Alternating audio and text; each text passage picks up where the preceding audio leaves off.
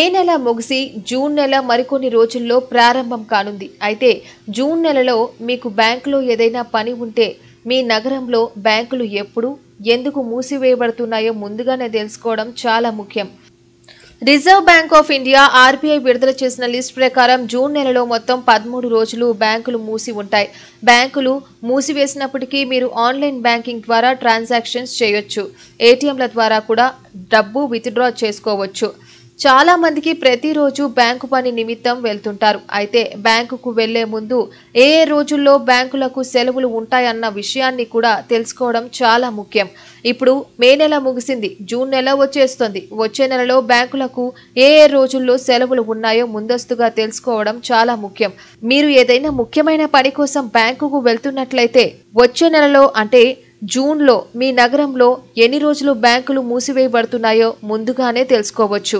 June 1 ఆదివారం కావడంతో ఈ రోజు దేశవ్యాప్తంగా బ్యాంకులు మూసి ఉంటాయి. జూన్ 6 బక్రీద్ సందర్భంగా తిరువనంతపురం, కొచ్చిలో బ్యాంకులకు సెలవు.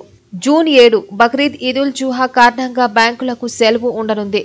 జూన్ 8 ఆదివారం కారణంగా దేశవ్యాప్తంగా బ్యాంకులు సెలవు. జూన్ 10 శ్రీ గురు అర్జున్ దేవ్జీ బలిదాన్ దినోత్సవం కారణంగా పంజాబ్లో బ్యాంకులు మూసి ఉంటాయి. జూన్ 11 సద్గురు కబీర్ జయంతి సందర్భంగా గాంగ్టక్, సిమ్లాలోని సెలవు. ఇక జూన్ 14 ఈ రోజు నెలలో 2వ శనివారం కావడంతో దేశవ్యాప్తంగా సెలవు. జూన్ 15 ఆదివారం సెలవు కారణంగా దేశవ్యాప్తంగా బ్యాంకులకు సెలవు. జూన్ 22 ఆదివారం సెలవు కారణంగా బ్యాంకులు మూసివేయొచ్చు. జూన్ 22 ఆదివారం సెలవు కారణంగా బ్యాంకులు పనిచేయవు. జూన్ 27 రథ జాత్ర కారణంగా ఇంఫాల్, భువనేశ్వర్లోని బ్యాంకులకు సెలవు.